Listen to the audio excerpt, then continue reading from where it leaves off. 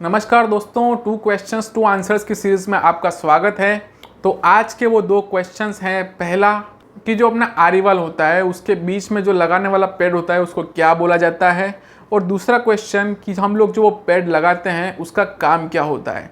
तो आज ये 2 क्वेश्चंस हमारे पास में है, तो इनके आंसर्स आज हम लोग पता करेंगे।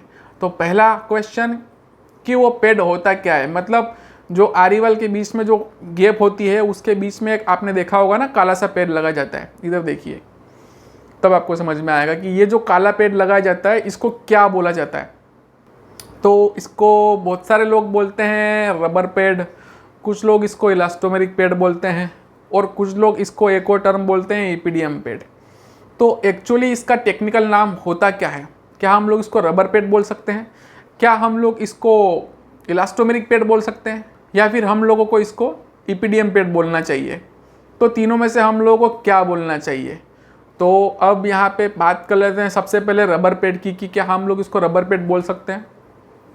हम लोग कुछ भी बोल सकते हैं बोलने को, जो सामने वाले को समझ में आए वो बोल दो। चाहे उसको प्लास्टिक वाला पेड़ भी समझ में आ रहा हो ना, तो वो भी एक नाम हो गया। लेकिन फिर भी एक टेक्निकल नाम क्या होना चाहिए इसका, वो आप लोगों को पता होना चाहिए। तो इसको बहुत सारे, जैसा कि मैंने आपको बोला कि रबर पेड़ भी बोलते हैं, कुछ इलास्टोमेरिक पेड़ भी बोलते हैं, और कुछ ईपीडीएम पेड़ भी बोलते हैं। तो रबर पेड़ जनरली कौन बोलता है? लेबर। इलास्टोमेरिक पेड़ कौन बोलते हैं? फोरमैन। वो रबर पेड़ भी बोलते हैं क्योंकि वो भी लेबर के साथ में घुल मिले हुए होते हैं, सुपरवाइजर या फोरमैन दोनों में से कोई भी। लेकिन एक इंजीनियर को क्या बोलना चाहिए इसको? एक इंजीनियर को इसको ईपीडीएम पेड़ बोलना चाहिए। इसका नाम है यहाँ पे, ये देख लीजिए, ईपीडीएम और उसका फुल फॉर्म दोनों यहाँ पे लिखा हुआ है। आप लोग इसको पढ़ लीजिए, मैं अपने मुंह से नहीं बताऊंगा क्योंकि इसको पढ़ने में मुझे भी परेशानी होती है, इसलिए मैं इसको नहीं बताना चाहता।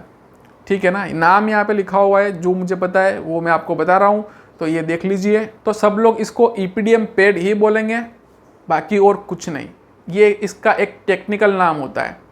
ठीक है, आप चाहें तो इसको लेबर की लैंग्वेज में बोल सकते हैं, बोलने में कोई बुराई नहीं है।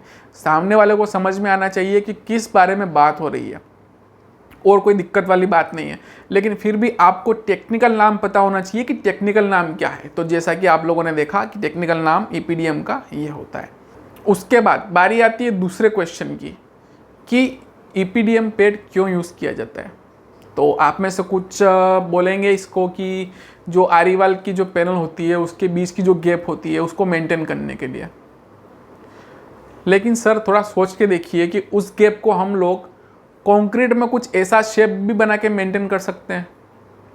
20 mm का कुछ ऐसा शेप बना दें ताकि जो आरिवाल की गैप है वो मेंटेन हो जाए। कर सकते हैं ना, हम लोग कुछ भी कर सकते हैं।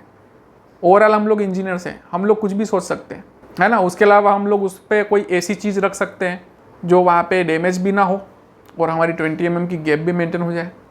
पर हम लोग यूज़ नहीं करते, हम लोग ईपीडीएम पेड़ ही यूज़ करते हैं। तो वो ईपीडीएम पेड़ ही क्यों?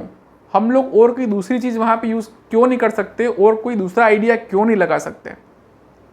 इसके पीछे रीज़न ये है कि जब भी आप लोग देखते हैं कि जब भी ट्रैफिक चलता है रोड के ऊपर, तो रोड में वाइब्रेशंस होते हैं। वो वाइब्रेशंस क्रैश बैरियर के थ्रू होके और आरिवाल पैनल की पूरी लेयर में जाते हैं। तो जब वो वाइब्रेशंस उस लेयर में जाते हैं तो ये जो ईपीडीएम पेड़ रहता है ना, ये इसको एब्जॉर्ब करने का काम करता है। ये उस पूरे वाइब्रेशन को एब्जॉर्ब कर लेता है ताकि स्ट्रक्चर में क्रैक ना आए। ये होता है ईपीडीएम का काम। अब आप लोगों को समझ में आ गया होगा कि उसका काम एक्चुअल क्या होता है। लेकिन बहुत सारे लोग इसको गलत वे में एक्सप्रेस कर देते हैं कि भाई 20 mm की गैप मेंटेन करने के लिए। बराबर है, आपकी 20 mm की गैप मेंटेन हो रही है, लेकिन क्यों वहाँ पे उस गैप को क्यों मेंटेन करना ज़रूरी है? इसलिए मेंटेन करना ज़रूरी है कि वहाँ पे जो भी वाइब्रेशंस आए, जो रोड से आने वाले वाइब्रेशन हैं, जो ट्रैफिक से आने वाले वाइब्रेशंस हैं, उसको वो एब्जॉर्ब कर सके और उसको सक्सेसफुली वो नीचे ग्राउंड तक पहुँचा सके उस वाइब्रेशन को, और स्ट्रक्चर क्रैक भी ना हो। इसलिए वो ईपीडीएम पेड़ यूज़ किए जाते हैं। तो ये थे आज के 2 क्वेश्चंस और उनके 2 आंसर आप लोगों ने जाने। उम्मीद करता हूँ कि आप लोगों को समझ में आ गए होंगे। समझ में आए तो लाइक ज़रूर कीजिए दोस्तों, और अपने दोस्तों के साथ में इस वीडियो को ज़रूर शेयर कीजिए। और अगर आप लोगों ने अभी तक इस चैनल को सब्सक्राइब नहीं किया है तो सब्सक्राइब ज़रूर कीजिए, और अगर आप हमें सपोर्ट करना चाहते हैं तो इस चैनल को ज्वाइन ज़रूर कीजिए। अगर आप लोग वीज़ा या फिर अपना कोई भी डेबिट कार्ड है, रुपए कार्ड है आप लोगों के पास में, उससे अगर ज्वाइन नहीं कर पा रहे तो आप लोग जो मैंने दूसरा वीडियो बना रखा है उसकी मदद से आप लोग चेक कर सकते हैं कि हम लोग कैसे ज्वाइन कर सकते हैं। दूसरी मेथड भी है हमारे पास में। अगर आपके डेबिट कार्ड और क्रेडिट कार्ड यूज़ नहीं कर रहे हैं तो आप लोग पेटीएम का या फिर फ़ोनपे का यूज़ करके आप लोग ईजिली ज्वाइन कर सकते हैं। तो अगले वाले वीडियो में कुछ नया लेके मिलेंगे, तब तक के लिए नमस्कार।